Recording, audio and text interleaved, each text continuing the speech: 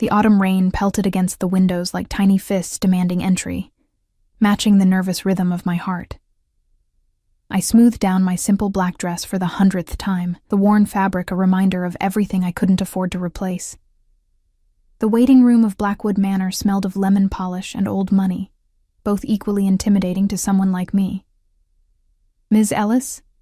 The stiff-backed woman who had introduced herself as Mrs. Reynolds peered at me over half-moon glasses. "Mr. Salvatore does not tolerate tardiness. You're fortunate he's agreed to see you at all." I swallowed hard. "Yes, ma'am. I appreciate the opportunity." Opportunity was putting it kindly. Desperation had brought me here. 3 months behind on rent, no health insurance for my medications. And now this. My last chance at employment after being blacklisted from every reputable agency in the city, thanks to my former employer's vindictive lies. The irony wasn't lost on me that my salvation might come from working for the most dangerous man in the state. Antonio Salvatore. Even thinking his name sent a chill down my spine. The heavy double doors swung open, and Mrs. Reynolds gestured for me to follow. My sensible shoes squeaked against the marble floor, announcing my poverty with every step. The office we entered was cavernous, with floor-to-ceiling windows overlooking manicured gardens now drenched in rain. A massive desk anchored the room, and behind it sat a man whose presence seemed to consume all the oxygen. "Sir, this is Charlotte Ellis, the applicant for the position." I'd seen photos of Antonio Salvatore in newspapers, but nothing prepared me for the reality. Newspaper images couldn't capture the coiled energy of the man, the way his broad shoulders strained against his impeccably tailored charcoal suit, or how his olive-toned hands rested with deceptive casualness on the polished desk. A signet ring glinted on his right hand. Gold and onyx, I thought, though I dared not stare. What struck me most were his eyes. Dark as midnight, they assessed me with the cold calculation of a predator deciding whether I was prey worth pursuing. "Sit," he said, his voice unexpectedly soft yet commanding. I sank into the leather chair across from him, keeping my spine straight despite the urge to curl into myself. "Your references are problematic." He tapped a folder I presumed contained my pitiful resume. "Care to explain why Mrs. Harrington claims you stole from her?" My cheeks burned. "I never stole anything, sir. Mrs. Harrington's son made advances. When I refused him, he took revenge by claiming I'd taken his mother's jewelry." Something flickered in Salvatore's eyes. Interest, perhaps, or merely the reflection of lightning from the storm outside. "And you expect me to believe your word over that of the Harringtons?" His Italian accent became more pronounced with each word, rolling his R's in a way that sent another involuntary shiver through me. "No, sir. I expect nothing." I met his gaze directly, surprising myself with my courage. "But it's the truth all the same." A man appeared silently at Salvatore's shoulder, muscular, with a telltale bulge beneath his jacket that could only be a gun. He whispered something into his boss's ear.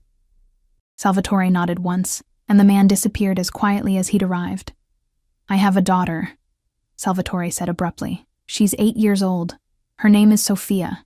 I nodded, unsure where this was heading. "Sophia is special. She has autism. She does not speak to strangers. She does not like to be touched. She has driven away 7 housekeepers in the past year." He leaned forward, those dark eyes boring into mine. "Why should I believe you would be different?" I took a deep breath. "My younger brother has autism, sir. I helped raise him until he was 16 when our parents died. He lives in a group home now because I can't afford to care for him properly." My voice cracked despite my best efforts.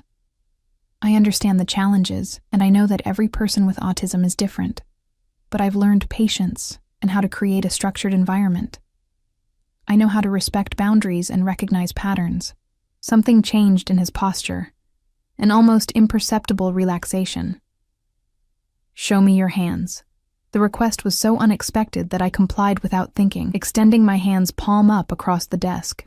His fingers brushed mine as he turned my hands over, examining them. His touch was warm, unexpectedly gentle, sending an electric current up my arms. "No rings, no long nails, no polish," he noted. "Sophia dislikes these things.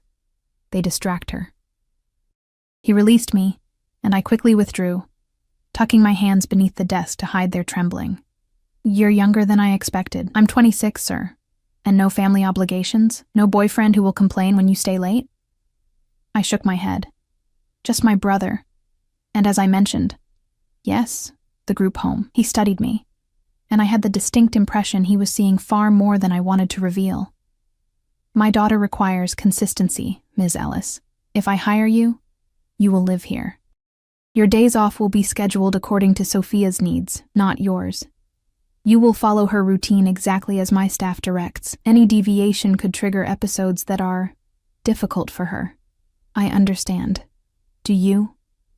His lips curved in what might have been a smile on a different man, but on him looked predatory. I doubt that very much. A knock at the door interrupted us.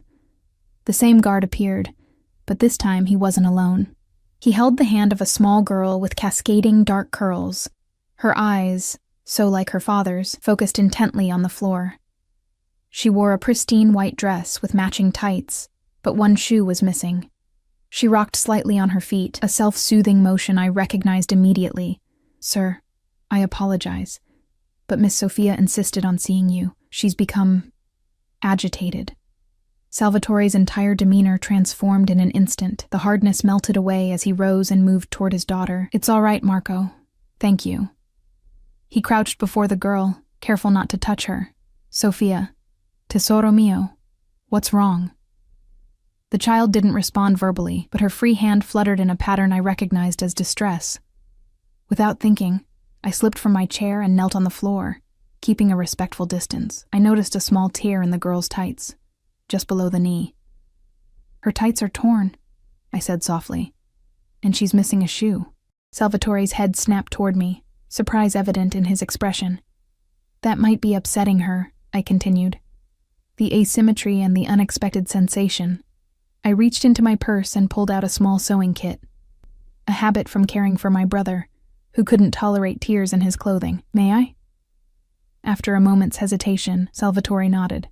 I moved slowly, telegraphing my movements. Hello, Sophia. I'm Charlotte. I see your tights have a small tear. That must feel strange and uncomfortable. Would it be okay if I fix them for you? I won't touch your skin, just the fabric. The girl didn't look at me, but she stopped rocking. I took that as permission, and with swift, practiced movements, made a nearly invisible repair to the tights. There, all better. Now shall we find your other shoe? Sometimes things hide from us, don't they? My brother's shoes used to play hide and seek all the time. For the first time, Sophia's eyes flickered toward me, though not quite meeting my gaze. Her hand stopped its agitated fluttering. Marco, Salvatore said quietly. Check her bedroom and the hallway for the missing shoe. Sir, we've already... Check again. While Marco disappeared, I remained kneeling, not speaking, but humming very softly, a technique that had often calmed my brother during moments of stress. Salvatore watched me with an intensity that made my skin prickle. I pretended not to notice, keeping my focus on Sophia. The blue butterfly is back, the little girl suddenly whispered, so quietly I almost missed it. Salvatore tensed beside her, his eyes widening fractionally. Is it a special butterfly? I asked gently. It only comes when it's safe. Her eyes remained fixed on a point just past my shoulder. Marco returned, holding a small white shoe. Found it under her desk, sir. I didn't reach for the shoe. Instead, I said, Sophia, would you like to put your shoe on, or would you prefer if your father helps you? Papa, she said, still not looking at anyone. Salvatore took the shoe from Marco and carefully helped his daughter slip it on. Never actually touching her skin, I noted, just supporting the shoe as she pushed her foot into it. Better? He asked her. She nodded, then turned and walked out of the room without another word. Marco following close behind. When the door closed, Salvatore remained crouched for a moment, his expression unreadable. When he rose and returned to his desk, the hardness had returned to his features. She spoke to you, he said, his tone making it sound like an accusation. Children with autism often surprise us, I replied carefully. Sophia hasn't spoken a word to any of her previous caregivers. Some of them worked for months without hearing her voice. He tapped his fingers against the desk. 1, 2, 3, pause, repeat. The blue butterfly is her indicator, her way of telling me she feels safe with someone. I remained silent, sensing the weight of this revelation. You'll start immediately. Mrs. Reynolds will show you to your quarters and explain Sophia's schedule. He pressed a button on his desk, and the stiff-backed woman appeared so quickly she must have been waiting just outside. Sir, she said, Ms. Ellis will be taking the position. Get her settled in the east wing, near Sophia's rooms. Of course, sir. As I rose to follow Mrs. Reynolds, Salvatore's voice stopped me. Ms. Ellis. I turned back. If you ever betray my daughter's trust, or mine, there won't be a place on this earth where you can hide from me.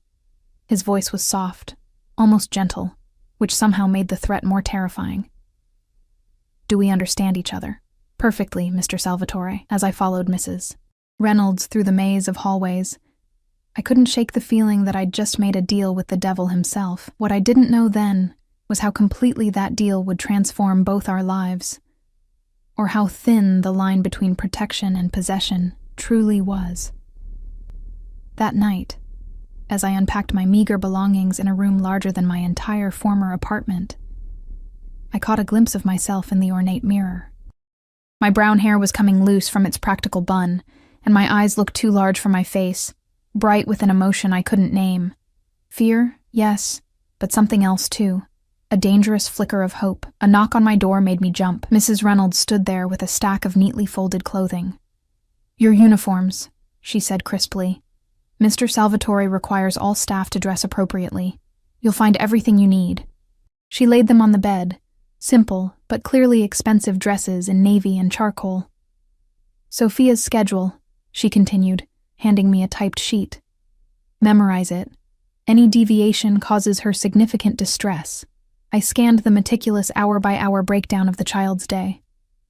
One more thing, Mrs. Reynolds added, her voice dropping slightly. Mr. Salvatore is very protective of his daughter. The last housekeeper who upset Sophia, well, she disappeared rather suddenly. With that parting warning, she left me alone with my thoughts, and the rain still beating against windows that suddenly felt like the bars of a gilded cage. The first week at Blackwood Manor passed in a blur of routines and unspoken rules. Sophia's schedule was a sacred text, followed with religious precision. Breakfast at 7:15 a.m. Never 7:14, never 7:16. Strawberry yogurt on Mondays and Wednesdays. Oatmeal with exactly 6 blueberries on Tuesdays and Thursdays, and cinnamon toast cut into perfect triangles on Fridays. Weekends were for pancakes, shaped like butterflies, with the syrup in a separate dish, never touching the pancakes until Sophia was ready. I learned quickly that Sophia's world operated on patterns invisible to most, but devastating when disrupted. My own schedule revolved entirely around hers. Awake by 6 a.m. to prepare her day, asleep long after she'd gone to bed at precisely 8:30 p.m., once I'd laid out her clothing for tomorrow and checked her room for any changes that might upset her. What surprised me most was how rarely I saw Antonio Salvatore. He was a ghost in his own home, appearing without warning and vanishing just as suddenly. When he did materialize, everyone's demeanor changed, backs straightened, voices lowered, eyes averted. Even Mrs. Reynolds, with her perpetual disapproval, softened in his presence, her clipped tones turning almost deferential. I caught glimpses of him in the hallways, always surrounded by men in dark suits with watchful eyes. Sometimes I'd spot him in Sophia's doorway late at night, just watching her sleep, his expression unreadable in the shadows. He never acknowledged me during these moments, but I felt his gaze following me long after he'd disappeared. On the 8th day, as I was helping Sophia with her morning routine, she suddenly said, "Papa has meetings on Tuesdays." I nearly dropped the hairbrush. These were the first words she'd spoken to me since that initial encounter in her father's office. Does he? I kept my tone casual, continuing to brush her dark curls with exactly 20 strokes per section. No more, no less. Bad men come on Tuesdays. In the basement, she lined up her colored pencils with mathematical precision, arranging them in rainbow order. They're afraid of him. I swallowed hard. Many people find new situations frightening, I said carefully. Not you. She finally looked at me, her dark eyes so like her father's that it made my breath catch. You're not afraid of Papa. Before I could formulate a response to this startling observation, Mrs. Reynolds appeared at the doorway. "Ms. Ellis, Mr. Salvatore wishes to speak with you in his study." Immediately. My stomach clenched. Had I violated some unwritten rule? Disrupted some crucial pattern? "I'll be right back, Sophia," I promised, setting down the hairbrush exactly where she preferred it. The little girl didn't acknowledge my departure, already absorbed in her meticulous drawing. I followed Mrs. Reynolds through the labyrinthine hallways, my mind racing through every interaction of the past week, searching for mistakes. We stopped before those same imposing double doors I'd first entered over a week ago. "Enter," came Salvatore's voice before Mrs. Reynolds could even knock. She opened the door for me but didn't follow me in. The heavy wood closed behind me with the finality of a tomb. Antonio Salvatore stood with his back to me, gazing out at the garden where autumn was painting the trees in fiery colors. His suit today was deep blue, almost black, tailored to emphasize the breadth of his shoulders. A glass of amber liquid rested in his hand. "You've made quite an impression on my daughter, Ms. Ellis." I clasped my hands to stop them from trembling. "I hope a positive one, sir." He turned then, and I was struck again by the intensity of his gaze. There was something different about him today. A tension in the set of his jaw, a tightness around his eyes. Sophia showed me this. He picked up a piece of paper from his desk and held it out to me. I stepped forward to take it, careful not to let our fingers brush. It was one of Sophia's drawings, a blue butterfly hovering beside a figure with brown hair pulled back in a bun. Me, unmistakably. "She's very talented," I said softly. "She's never drawn anyone outside our family before." He moved toward me, and I caught a whiff of his cologne, something expensive and subtle with notes of cedar and spice. "Tell me, Ms. Ellis, what exactly are your intentions here?" The question caught me off guard. "I don't understand." "Don't you?" He circled me slowly, like a predator assessing its prey. A young woman with a problematic past suddenly becomes indispensable to the daughter of a man like me. Some might see opportunity in such a situation. Heat flooded my face. "I would never use a child that way," I said, unable to keep the edge from my voice, especially not one as special as Sophia. He stopped directly in front of me, close enough that I had to tilt my head back to maintain eye contact. "Then why are you here, Charlotte Ellis? A woman educated at Princeton doesn't typically seek employment as a housekeeper." My blood ran cold. My education wasn't on my resume. I deliberately omitted it, knowing it would raise questions I preferred not to answer. "You've been investigating me." A slight curl of his lips, not quite a smile. "I investigate everyone who comes near my daughter." "Then you know why I'm here." I lifted my chin. "My brother's care is expensive. My student loans are crushing. And thanks to the Harringtons, my degree is worthless in any field that requires a background check. So it's purely financial?" He took a sip of his drink, his eyes never leaving mine. "No," I admitted. "I genuinely care about Sophia. She reminds me of Jason, my brother, at that age. Brilliant, perceptive, trapped in a world that doesn't understand how she experiences it." Something shifted in his expression, a softening so subtle I might have imagined it. "You speak of her autism as if it were a gift, rather than an affliction." "Isn't it both?" I countered. "Like many gifts, it comes with a price, but that doesn't diminish its value." He studied me for a long moment, then abruptly changed course. "Tomorrow is Sophia's piano lesson. It's typically challenging. I noticed it on her schedule. Is there something specific I should know?" "Her teacher, Ms. Abernathy, doesn't fully appreciate Sophia's needs. She insists on techniques that Sophia finds distressing." His jaw tightened. "Unfortunately, she's the only qualified teacher willing to come to the house, given my reputation." I understood the unspoken request. "I'll be there for the entire lesson. If Ms. Abernathy's methods become too overwhelming for Sophia, I'll intervene." He nodded once. "Good." Then, without warning, "Have dinner with me tonight." It wasn't a question. "Sir?" "Sophia goes to bed at 8:30. Join me for dinner at 9. There are matters regarding my daughter's care we need to discuss." Before I could respond, a sharp knock came at the door. Marco entered, his face grim. "Sir, there's a situation that requires your immediate attention."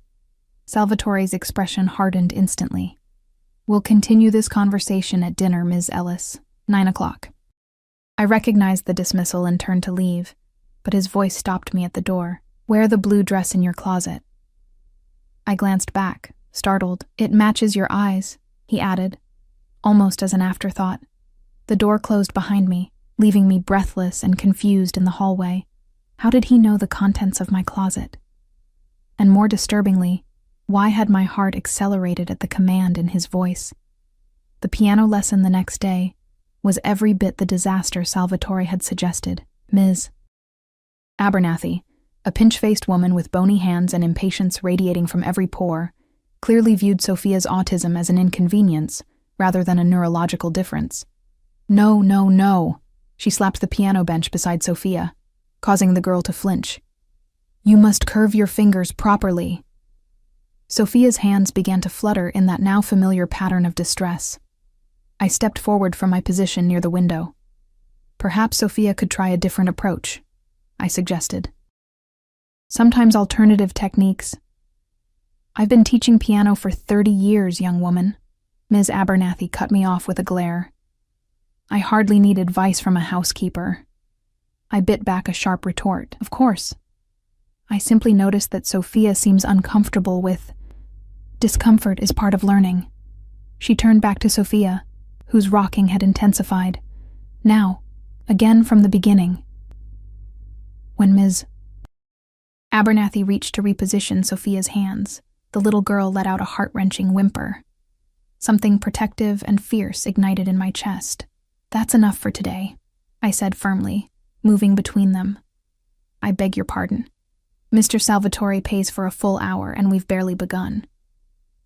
"Mr. Salvatore pays for Sophia to learn piano, not to be traumatized by it." I kept my voice level but unyielding. "The lesson is over." Ms. Abernathy's face flushed an ugly red. "I will be speaking to Mr. Salvatore about this insolence. I'm counting on it." I turned my back on her and crouched beside Sophia, whose eyes were squeezed shut. "It's all right now, Sophia. The music is taking a break. Would you like to go to your quiet room?" She nodded, almost imperceptibly. I heard Ms. Abernathy gathering her things with aggressive movements, but I kept my attention focused entirely on Sophia. "I never!" the piano teacher huffed as she stormed out. Once she was gone, Sophia's eyes opened. She looked directly at me, a rare occurrence that made my heart swell. "The butterfly stays," she whispered. I smiled gently. "Yes, the butterfly stays." The blue dress hung in my closet like a question. I'd never seen it before today, yet there it was. Silk the color of a summer sky, simple yet elegant. It had appeared while I was helping Sophia with her afternoon routine, along with a note in masculine handwriting. "I look forward to our dinner. A.S." I stared at myself in the mirror, hardly recognizing the woman who looked back. The dress fit perfectly, suspiciously so, as if it had been made for me. My brown hair, freed from its practical bun, fell in soft waves past my shoulders. I wore no jewelry. I owned none, but somehow the absence made the look more striking. At precisely 9 o'clock, a knock came at my door. I expected Mrs. Reynolds, but instead found Marco waiting in the hallway. "Mr. Salvatore is ready for you, Ms. Ellis." He led me not to the formal dining room where the staff took their meals, but to a smaller, more intimate setting I hadn't seen before.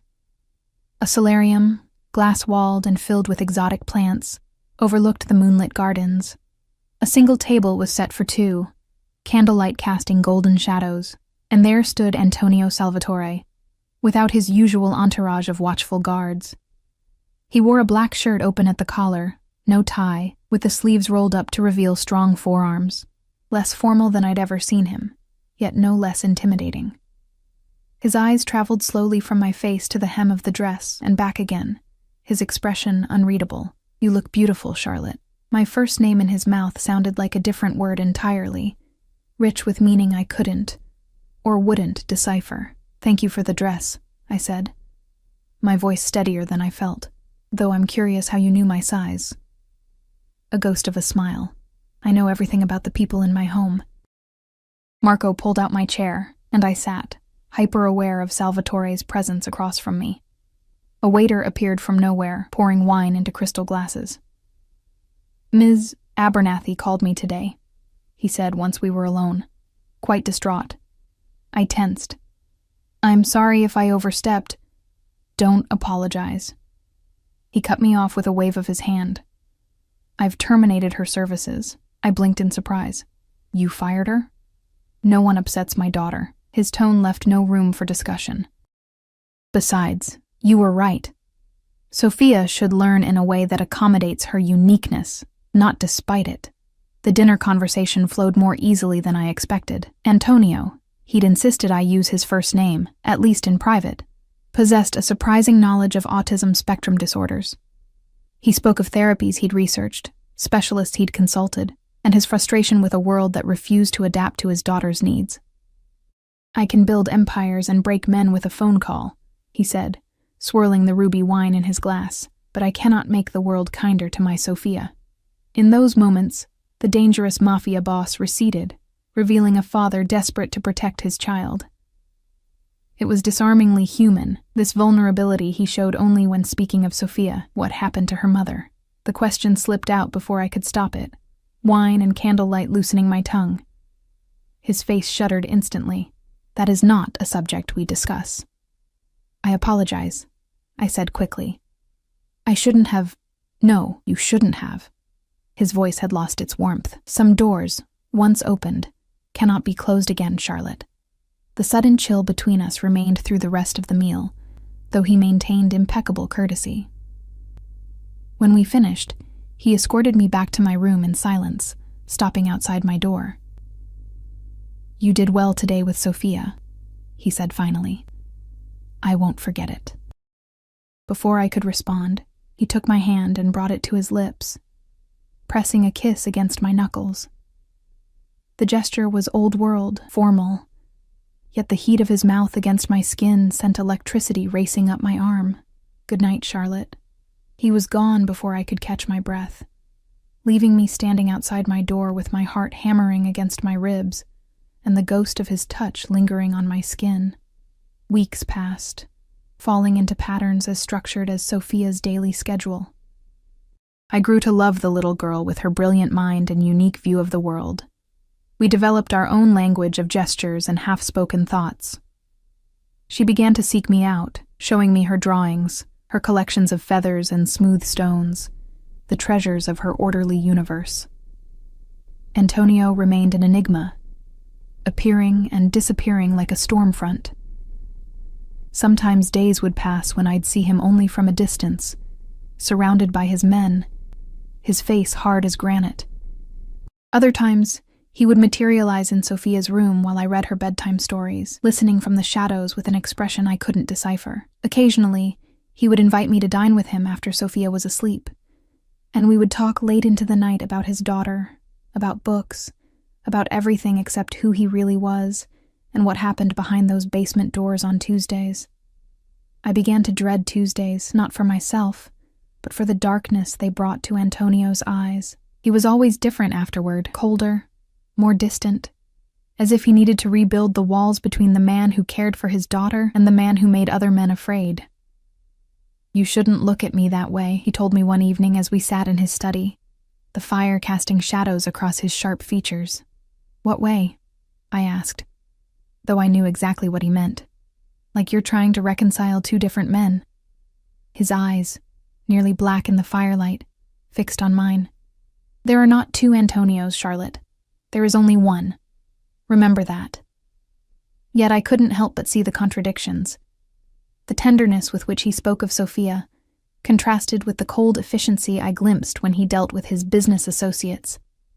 Or the gentle way he never touched his daughter without permission, versus the casual displays of dominance he exhibited with everyone else, including me. A hand at the small of my back, guiding me through doorways, fingers brushing my arm to emphasize a point, those dark eyes tracking my movements when he thought I wouldn't notice. I told myself I was imagining the latter, that the tension I felt when he was near was simply fear, not something more dangerous, more forbidden. I was his daughter's caretaker, nothing more. The beautiful dresses that continued to appear in my closet, the books he left on my nightstand that I'd mentioned wanting to read, the way he'd begun to include me in family dinners with Sophia. These were merely the actions of a grateful father, not a man with other intentions. At least, that's what I desperately needed to believe. The morning everything changed dawned cold and clear, frost etching delicate patterns on the windows. I was helping Sophia with her math exercises, far beyond typical third-grade level, when Mrs. Reynolds appeared at the door, her perpetual composure visibly shaken. "Ms. Ellis, you're needed downstairs, immediately." Something in her tone made my stomach clench. "What's wrong?" "It's not my place to say." Her eyes darted to Sophia, then back to me. "Marco will stay with Miss Sophia." I squeezed Sophia's shoulder gently. "I'll be back soon." "Keep working on these problems, and we'll check them together, okay?"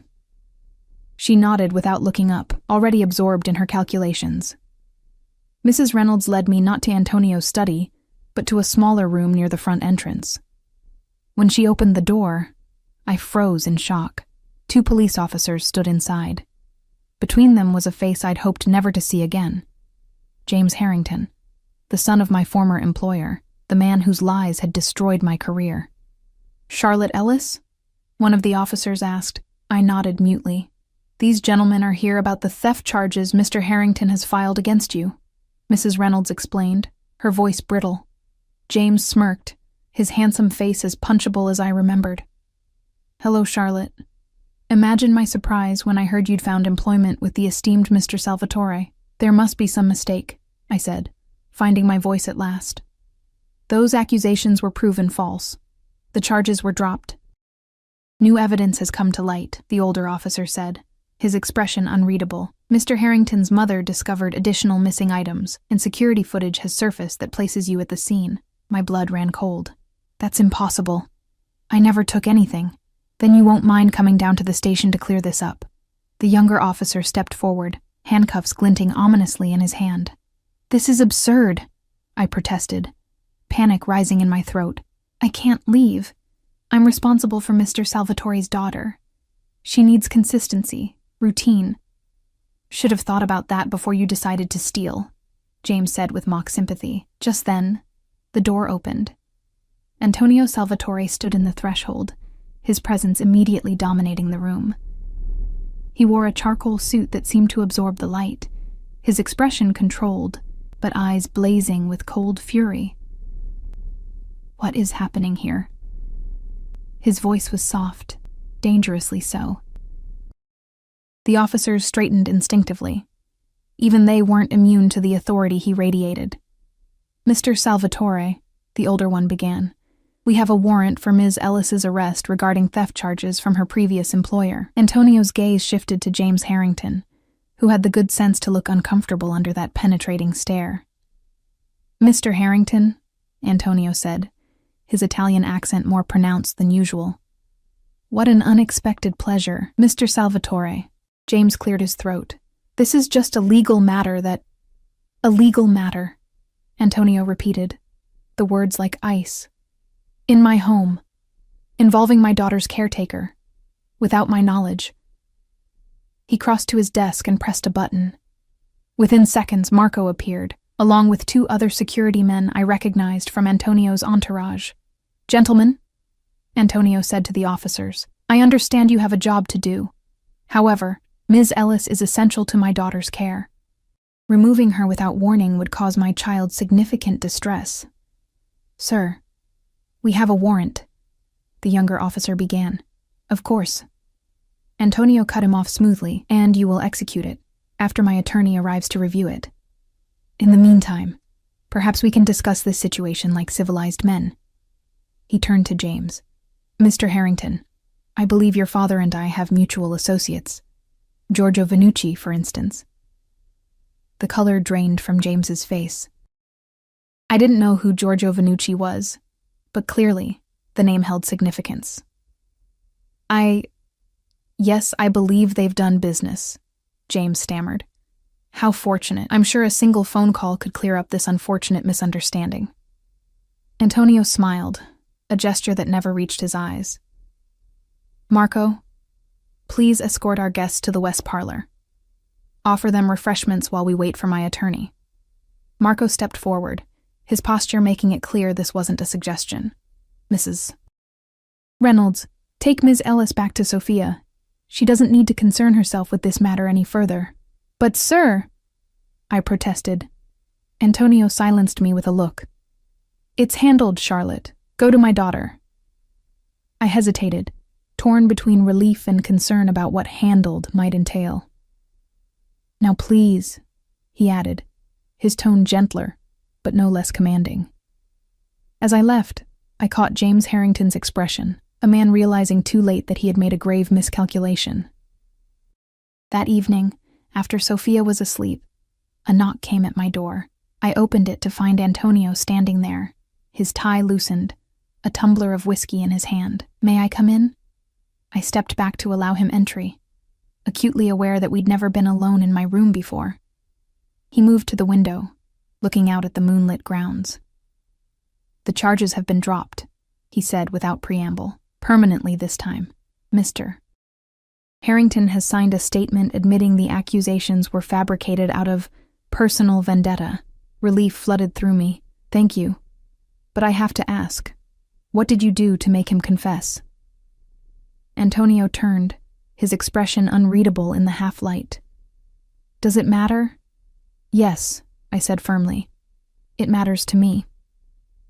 He studied me for a long moment. I simply made it clear that continuing his vendetta against you would be more costly than he was prepared to pay. You threatened him. I reminded him of reality. Antonio took a sip of his whiskey.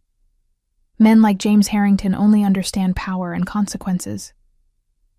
I wrapped my arms around myself, suddenly cold despite the room's warmth. And men like you understand how to wield both. Something flickered in his eyes, anger, perhaps, or disappointment. Yes, men like me. He set down his glass and moved toward me, stopping close enough that I could smell his cologne, feel the heat radiating from his body. Does that frighten you, Charlotte? Should it? I didn't back away, though every instinct screamed for me to create distance between us. Yes. His voice dropped lower. You should be terrified. Of you. Of this. Before I could process his meaning, his hand cupped my cheek, his touch startlingly gentle for a man with so much power, so much darkness. Of what I want from you. My breath caught. What do you want from me? His thumb traced my lower lip, sending shivers down my spine. Everything. The single word hung between us, heavy with implication. I knew I should step back, establish boundaries, remember who he was, and all the reasons why this was impossible. Instead, I found myself leaning into his touch, my body betraying my better judgment. Sophia, I began, searching for an anchor in the storm of emotions threatening to drown me. Adores you, he finished. As do I, though in very different ways. His confession, spoken so matter-of-factly, stunned me into silence. Say something, Charlotte. A vulnerability I'd never heard before colored his voice. This is dangerous, I whispered. Not sure if I meant for him, for me, or for Sophia. Everything valuable is dangerous. His other hand found my waist, drawing me closer. The question is whether the reward outweighs the risk. I placed my palm against his chest, feeling his heart beating steadily beneath expensive fabric and the solid muscle beneath. I meant to push him away, to be sensible, to remember all the reasons why this was a terrible idea. Instead, I curled my fingers into his shirt and pulled him closer. His mouth claimed mine with restrained hunger, as if he'd been holding himself back for too long. One hand tangled in my hair, the other at the small of my back, pressing me against him. I melted into the kiss, all my carefully constructed reasons disintegrating like paper in flame. When we broke apart, both breathless, his eyes searched mine. Tell me to stop, and I will. One word, Charlotte, and I'll walk out that door. The choice he offered, genuine, despite the desire evident in his darkened eyes, gave me courage. This man, who commanded empires with an iron fist, was giving me power over him, however momentarily. Stay, I whispered. His smile transformed his face, softening the hard lines, revealing the man beneath the carefully controlled exterior. For a heartbeat, I glimpsed Antonio separate from Salvatore, the father, not the feared Mafia boss, but as he lowered his mouth to mine again, I knew the truth he'd warned me about. There weren't two different men, there was only one, and I was choosing all of him, darkness included. Dawn found us tangled in my sheets, his arm heavy across my waist, my head nestled against his chest where I could hear the steady rhythm of his heart. In sleep, the dangerous edge that always surrounded him had softened, making him look almost peaceful. I traced the lines of a scar that ran along his collarbone, wondering about the story behind it, but knowing better than to ask. His body told tales of violence, scars both old and new, mapping a history I could only imagine. His eyes opened, instantly alert in the way of men accustomed to danger. When he saw me watching him, a slow smile spread across his face. "Good morning," he murmured, his voice rough with sleep. "Good morning." I couldn't help but smile back, despite the uncertainty churning beneath my surface contentment. "We should talk about—" He pressed a finger to my lips. "Later. Right now, I just want to look at you in the morning light." His gaze traveled over me with such intensity that I felt my skin flush. Then his expression changed, becoming more serious. "Sophia will be awake soon," he said, glancing at the clock beside my bed. We shouldn't disrupt her routine. The mention of his daughter brought reality crashing back. What had I done? Complicated an already delicate situation, potentially jeopardizing Sophia's stability and my position in her life. Antonio read my expression with unnerving accuracy. "Second thoughts already?" "Not second thoughts," I said carefully. "Just considerations. Sophia needs consistency, stability. Whatever this is between us, it can't interfere with her care." He nodded, expression somber. "Agreed. Which is why discretion is essential, at least for now." "And what is this, exactly?" I asked, needing definition, parameters, something solid to stand on. Antonio sat up, the sheet pooling around his waist, revealing the muscular torso marked with the evidence of a violent life. He took my hand, his touch unexpectedly tender. "This is me, wanting you. Not just in my bed, but in my life, with Sophia, with me." His eyes held mine, unwavering. "I don't make such decisions lightly, Charlotte." "Nor do I replied softly. "But your life is complicated." A harsh laugh escaped him. "That's a diplomatic way of putting it. I care about Sophia too much to risk becoming a disruption in her life. And your world, the Tuesday meetings, the men with guns, the threats that need handling, that's not a world I belong in." His expression hardened slightly. "Yet here you are. For Sophia," I insisted. "Only for her?" His question hung between us, demanding honesty. I looked away first. "I should get ready. It's almost time for her breakfast." Antonio rose from the bed, gathering his scattered clothing with efficient movements. I watched him transform back into the impeccable, untouchable Mr. Salvatore, armor reassembled piece by piece. At the door, he paused. "This conversation isn't over, Charlotte." It sounded halfway between a promise and a threat. For 2 weeks, we engaged in an elaborate dance. During daylight hours, in front of Sophia and the staff, we maintained our formal employer-employee relationship. At night, he would come to my room, or summon me to his, and we would lose ourselves in each other until dawn threatened to expose our secret. I told myself it was temporary, that eventually I would come to my senses, remember who he was and what he did. But each time he touched me, each time I discovered another facet of the complex man beneath the fearsome reputation, I fell deeper into a maze I wasn't sure I wanted to escape. One evening, as we lay in his massive bed, he traced patterns on my bare shoulder, his expression thoughtful. "Sophia asked me something interesting today," he said. I turned to face him. "Oh?" "She asked if you were going to be her new mother." My breath caught. "What did you tell her?" I asked what she thought about that possibility. His eyes, usually so guarded, were open, vulnerable. "She said the blue butterfly would stay forever then." I sat up, pulling the sheet around me.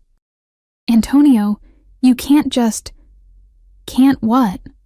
Consider a future where you're more than just my daughter's caretaker? More than just my lover? We've barely known each other 3 months, I protested, though time seemed a weak objection compared to the fundamental differences in our worlds. "I knew after 3 days," he said simply, "the way you understood Sophia, saw her as she truly is. The way you stood up to me when everyone else cowers. That's not a basis for whatever you're suggesting. He sat up beside me, taking my face in his hands. I'm not suggesting anything yet. I'm telling you that my daughter sees what's happening between us. Because children, especially children like Sophia, notice everything. And I'm asking you to think about what you want this to be. I leaned into his touch despite myself. I want what's best for Sophia. As do I. Always. His thumb stroked my cheek. But perhaps what's best for her is also what's best for us. Before I could respond, a sharp knock came at the bedroom door. Antonio tensed, immediately on alert. No one would dare interrupt him unless it was urgent. "Sir?" Marco's voice tight with barely controlled panic. Antonio was out of bed in an instant, pulling on pants and a robe. "What is it?" "It's Miss Sophia, sir. She's missing." The world seemed to stop. Antonio froze for a heartbeat, then exploded into action, throwing open the door to find Marco standing there, ashen-faced. "What do you mean, missing?" Antonio's voice was deadly quiet. I scrambled from the bed, wrapping myself in the sheet. When was she last seen? Marco's eyes widened slightly at the sight of me in his boss's bedroom, but he recovered quickly. Mrs. Reynolds checked on her at 9 p.m. as usual. When I made the midnight security sweep, her bed was empty. Antonio was already striding down the hallway. "Lock down the property. Every inch of the grounds, every room. Find her now." I rushed back to my room, throwing on clothes haphazardly. My mind raced through possibilities. Sophia had never left her room at night before, never broken her routine. Something was terribly wrong. I ran to her bedroom, hoping against hope that she'd returned. The empty bed with its butterfly-patterned comforter sent a chill through me. I scanned the room, looking for clues, anything that might indicate where she'd gone or why. Her closet door stood ajar. Inside, I noticed her emergency backpack was missing, the one she'd meticulously packed with essentials for what she called bad days. It contained her favorite blue sweater, a small photo of her and Antonio, her special blue butterfly hair clip, and a few other comfort items. She'd left voluntarily then. But why? And where would she go? I hurried downstairs to find the house in controlled chaos. Security teams were sweeping every room, checking surveillance footage. Antonio stood in the center of his study, issuing rapid-fire commands, his face a mask of controlled terror. "Her emergency pack is gone," I said as I entered. "She took it with her." His head snapped toward me. "You're sure?" "Positive. She packed it herself, showed me where she kept it, just in case." In case of what?" he demanded. She never specified. Just bad days. I tried to think like Sophia, to see the world through her perfectly ordered lens. Has anything changed recently? Anything disrupted her routine or upset her? Antonio ran a hand through his hair, a rare gesture of agitation. Nothing. Everything has been exactly as she. He stopped abruptly, realization dawning on his face. Us. You and me. "But we've been so careful," I protested. "And she seemed positive about the idea when she asked you. Children say what they think adults want to hear sometimes." His voice was hollow. "Even Sophia." Marco burst into the room. "Sir, we found something on the East Wing cameras. 40 minutes ago, Miss Sophia left through the garden door." "Alone?" Antonio's voice cracked on the word. "Yes, sir. Voluntary movement, no signs of distress. She appeared to know exactly where she was going." I closed my eyes, thinking. "The willow tree," I said suddenly. "By the pond." Both men turned to me. "She talks about it sometimes, says it's where she goes in her head when things get too loud, too overwhelming. She's drawn it dozens of times." Antonio was already moving, barking orders to focus the search on the eastern grounds. I followed, grabbing a flashlight from one of the security team members. The night air was biting, winter approaching with icy fingers. I wrapped my cardigan tighter around myself, thinking with dread of Sophia in her thin pajamas, alone in the darkness she feared. Antonio moved ahead of me, his longer strides eating up the distance. Security teams fanned out across the grounds, their flashlight beams cutting through the darkness like searchlights. The pond lay at the far edge of the property, surrounded by carefully manicured gardens, now eerily silent in the moonlight. The ancient willow tree stood like a sentinel at the water's edge, its sweeping branches creating a curtained sanctuary. Antonio reached it first, pushing aside the trailing branches. His sudden, sharp intake of breath told me he'd found her before I could see for myself. Sophia sat curled against the massive trunk, her knees drawn to her chest, the emergency backpack beside her. She was shivering violently, her lips tinged blue from the cold. "Sophia," Antonio breathed, relief and fear mingling in his voice. He crouched before her, careful not to touch her without permission. "Tesoro, are you hurt?" She shook her head, not looking at him. "The butterfly is confused," she whispered. I knelt beside Antonio, my heart breaking at the sight of her distress. "Sophia, we were so worried. Why did you come out here alone?" Her dark eyes, so like her father's, finally lifted to mine. "You were in Papa's room. The pattern changed." Antonio flinched as if struck. "The butterfly doesn't know where to go now," she continued, her voice small and lost. "If you're in Papa's room, where does Sophia go?" I understood then. In her ordered world, every person had their place. Her father in his room, me in mine, her in hers. Our nighttime rendezvous had disrupted the pattern she relied on to make sense of her world. "Oh, sweetheart," I said gently. "Your place is always with us, no matter where we are. You are the most important person to both of us." Antonio reached slowly toward his daughter. "May I carry you inside, Sophia? You're very cold." She hesitated, then gave a tiny nod. He gathered her into his arms with infinite tenderness, tucking her against his chest. As he stood, Sophia suddenly reached one hand toward me. "Charlotte, too," she said. "Both." I took her cold little hand in mine, and together we walked back toward the house, a fragile new pattern forming with each step. Everything changed after that night. The careful separation we'd maintained, Antonio and I, crumbled in the face of Sophia's distress. Children, particularly those on the spectrum, need honesty, consistency, and clear patterns. Our attempt at secrecy had only created confusion and fear. The morning after we found Sophia beneath the willow tree, Antonio called a family meeting. His term, not mine, though it made my heart flutter traitorously. We sat in the sunroom, morning light streaming through the windows, illuminating dust motes that danced like tiny stars.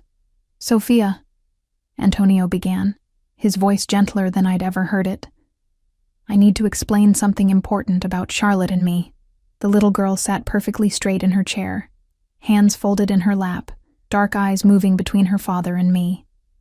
I noticed she wore the blue butterfly clip in her hair, a good sign. "Charlotte is special to me," Antonio continued, "in a different way than you are special to me. You are my daughter, my heart. Nothing will ever change that." "And Charlotte?"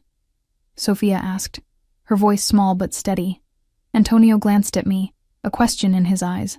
I nodded slightly, giving him permission to continue. "Charlotte is someone I care for very deeply, someone who makes me happy, someone who understands both of us." He leaned forward, careful to maintain the distance Sophia preferred. "Sometimes she will spend time with me in my room. Sometimes we will spend time in her room, but you will always know where we are, and you can always find us if you need us." Sophia considered this, her brilliant mind processing the new information. "Like a new pattern," she said finally. "Yes, exactly like a new pattern. One that includes all three of us." She turned to me then. "Will you still read me stories? Every night," I promised. "That won't change." "And brush my hair 20 strokes each section?" "Exactly 20, I assured her with a smile. She seemed satisfied, but then frowned slightly. "The men who come on Tuesdays, they won't hurt Charlotte?" Antonio tensed beside me. I'd never asked directly about his business, maintaining a careful separation between the man I was falling in love with and the dangerous world he inhabited. But Sophia, with her unflinching perception, had brought it into the light. "No one will ever hurt Charlotte," Antonio said, his voice dropping to that quiet register that I'd learned was more dangerous than any shout. "I would never allow it." Sophia nodded, apparently satisfied. "I'm hungry." The abrupt change of subject was so typical of her that I couldn't help but laugh, tension draining from the room. "Pancakes?" I suggested. "It's Saturday." "Butterfly shapes," she confirmed, sliding from her chair, "with the syrup separate." As she walked toward the kitchen, Antonio caught my hand, pulling me close. "Thank you," he murmured against my hair. "For what?" "For understanding her, for understanding me." His arms tightened around me, "for being willing to try this unconventional family arrangement." I pulled back slightly to look at him. "I haven't agreed to anything permanent yet." A smile played at the corners of his mouth. "Yet." Life settled into a new routine. I spent most nights with Antonio, but always returned to my room before dawn to maintain the morning schedule Sophia depended on. We were careful to be transparent about our whereabouts, creating a color-coded chart that hung in Sophia's room, so she always knew where to find each of us. To my surprise, she thrived under the new arrangement. Perhaps it was the honesty, the removal of the confusing secrecy. Or perhaps it was simply having two people who loved her working together openly to create the stability she craved. One evening, about 2 weeks after our family meeting, I was helping Sophia organize her rock collection, categorized by color, size, and what she called friendship potential, when she made an announcement. "I want to call you Mama." The simple statement nearly stopped my heart. I set down the smooth quartz crystal I'd been examining and turned to face her fully. "Sophia, I'm very honored that you would think of me that way." She continued arranging stones in their velvet-lined box, not looking at me. "My real mother didn't want me. Papa said she couldn't understand my special brain." The matter-of-fact way she said it made my chest ache. "Sometimes people don't understand what they have," I said carefully. "You understand," she said, still focused on her task. "And you want to stay. The butterfly says so." I blinked back sudden tears. "The butterfly is right. I do want to stay. Then you can be my mama." She placed the final stone in its designated spot and closed the box with a satisfying click. "Papa wants you to be my mama too. He keeps the ring in his desk drawer." My breath caught. "What ring, Sophia?" She gave me a look that clearly questioned my intelligence. "The ring to ask you to marry him. In the blue box. Top right drawer, behind the picture of me." Before I could process this bombshell, delivered with such casual certainty, Antonio appeared in the doorway. He took in my shocked expression and Sophia's satisfied smile, and raised an eyebrow. "Everything okay in here?" "Sophia just told me about a ring," I said, watching his face carefully. A rare flash of genuine surprise crossed his features, followed by something like resignation. His eyes moved to his daughter. "Have you been in my desk, Sophia?" "No," she said truthfully. "Marco was looking for stamps. He found it. He told Giovanni it was pretty. I heard them." Antonio shook his head, a rueful smile playing at his lips. "Nothing stays secret in this house, it seems." My heart raced as implications cascaded through my mind. Marriage, becoming Sophia's stepmother officially, becoming Mrs. Salvatore, wife to a man whose business I still knew almost nothing about, whose power and danger I could only glimpse. "We'll talk later," Antonio said softly, correctly reading my overwhelmed expression. "Sophia, it's time for your bath." As I rose to help with her evening routine, he caught my arm gently.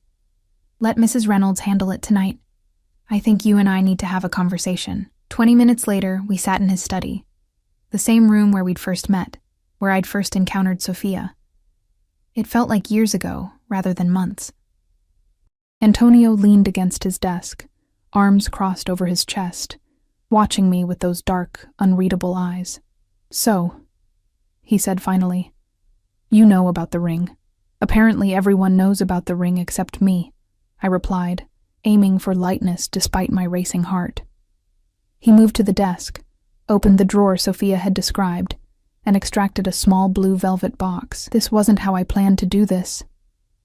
"How did you plan to do it?" A ghost of a smile. "With more romance, less ambush." He came to stand before me, but instead of kneeling as I half expected, he simply held out the box. "Look at it, then we'll talk." I took the box with trembling fingers and opened it. Nestled inside was a ring of such understated elegance it took my breath away, a perfect oval sapphire surrounded by a halo of smaller diamonds, set in platinum. "It's beautiful," I whispered. "It reminded me of your eyes." He took the box back, removing the ring. "I'm not asking you to wear it, not yet. But I want you to know my intentions. Antonio," he held up a hand, "let me finish. Please." He set the ring on the desk beside him. "I know what I am, Charlotte. I have no illusions about the world I inhabit or the things I've done. But I also know what I feel for you, what I feel when I see you with my daughter, when I wake up with you beside me, when you challenge me in ways no one else would dare." I remained silent, afraid that if I spoke, I would break the spell of his rare vulnerability.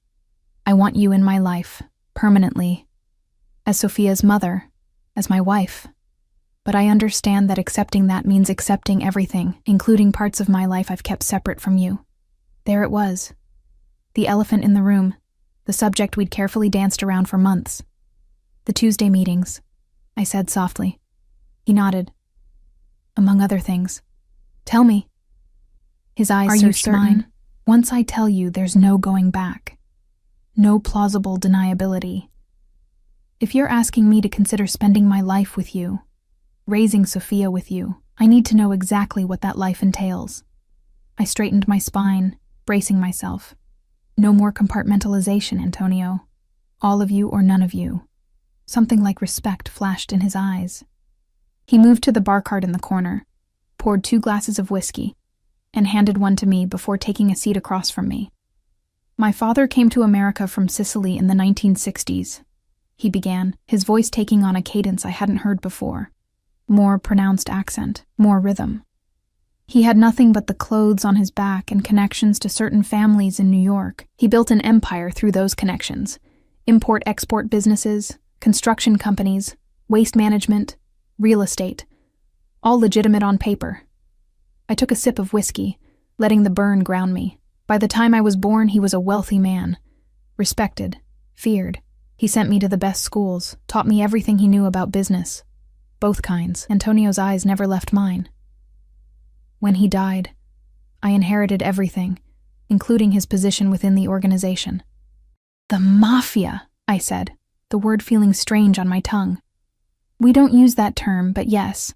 La Familia." He took a long swallow of whiskey. "I've worked hard to legitimize much of the business. The construction companies, the import-export, the real estate.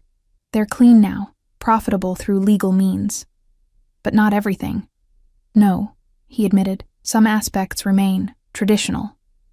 Protection rackets, drugs, human trafficking." I forced myself to ask the worst questions, needing to know boundaries. His expression hardened. "I have lines I don't cross. No trafficking, ever. No dealing with children.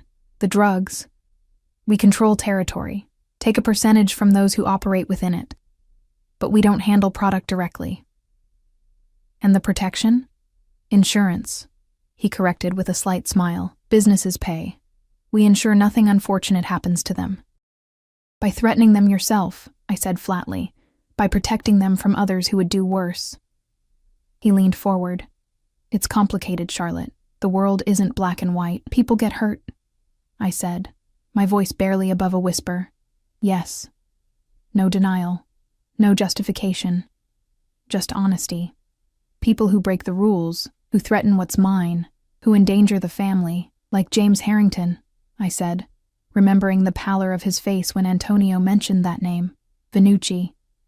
James Harrington was a spoiled boy playing at being a man. He needed to learn consequences.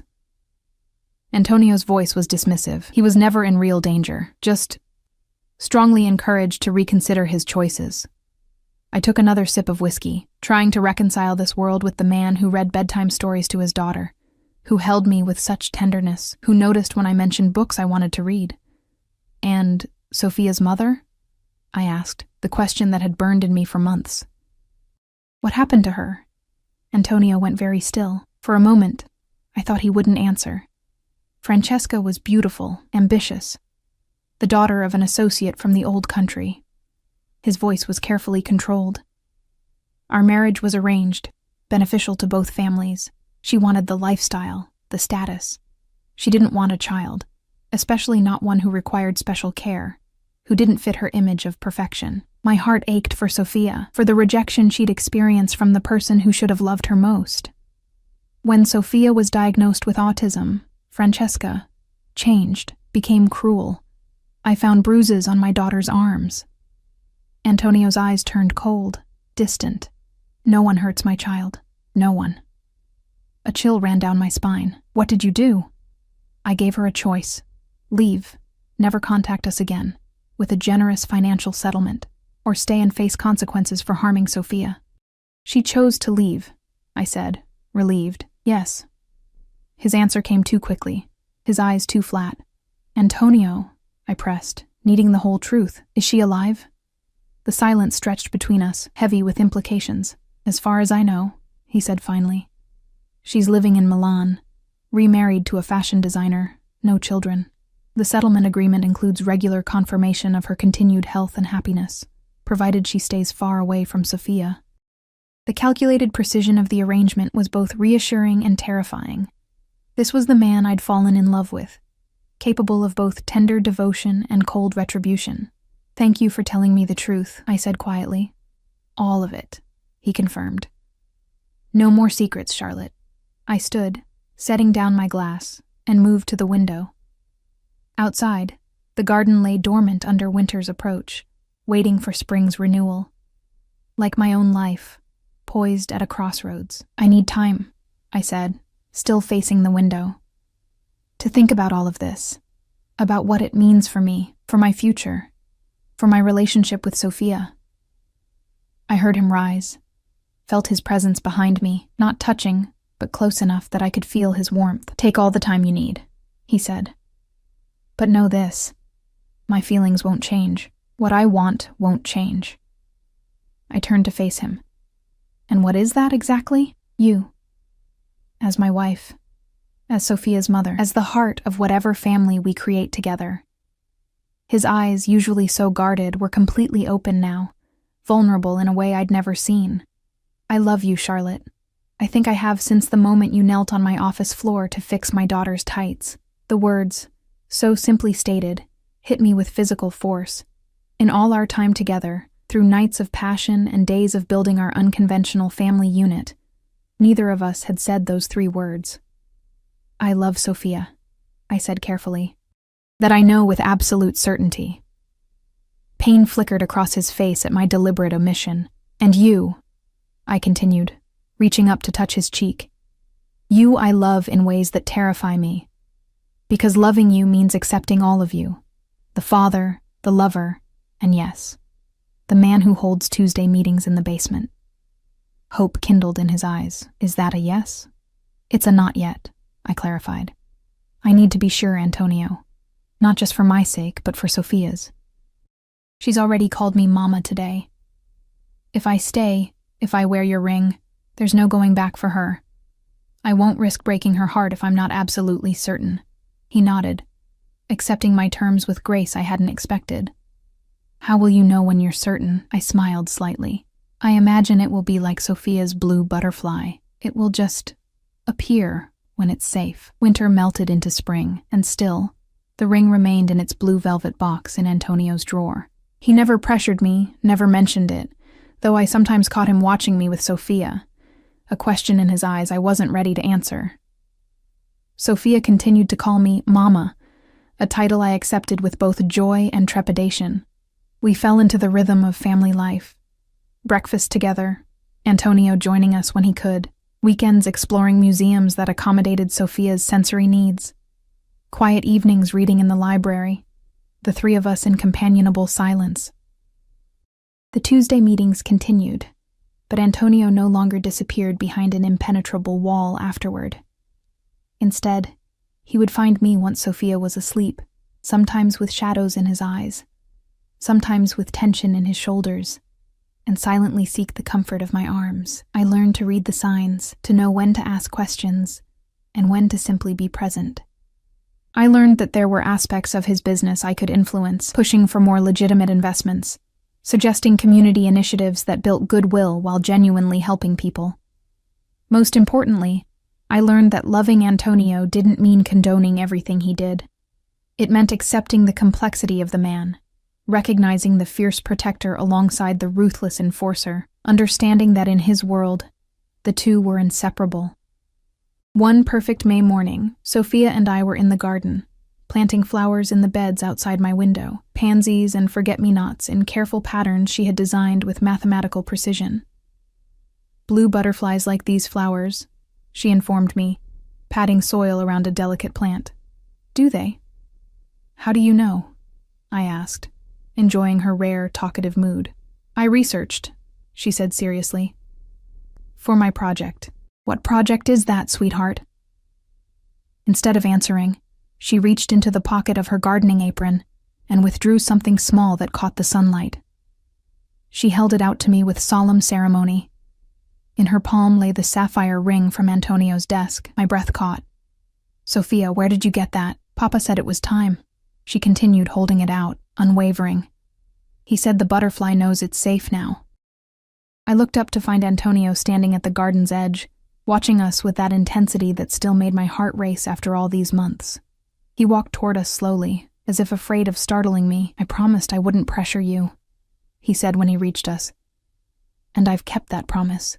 But Sophia had this idea. We made a family, Sophia stated matter-of-factly, still holding out the ring.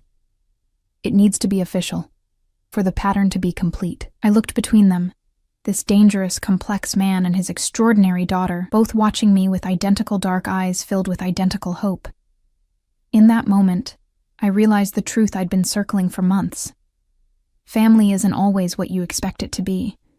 Sometimes it's found in the most unlikely places, with the most unlikely people. Sometimes it's a little girl who sees the world through different eyes, and a man whose darkness is balanced by the fiercest capacity for love I'd ever witnessed. Yes, I said simply, holding out my hand to Sophia. With careful precision, she slipped the ring onto my finger, her face lighting up with a rare, brilliant smile. Pattern complete, she announced with satisfaction. Antonio gathered us both into his arms. The three of us together in the spring sunshine, surrounded by blue flowers awaiting their butterflies. Not complete, he murmured against my hair, just beginning. And in that moment, standing in the garden of a home that had once seemed like a gilded cage but now felt like sanctuary, I knew he was right. Our story, complicated, unconventional, sometimes dangerous, but always anchored by love, was just beginning. The blue butterfly had found its safe place, and so had I.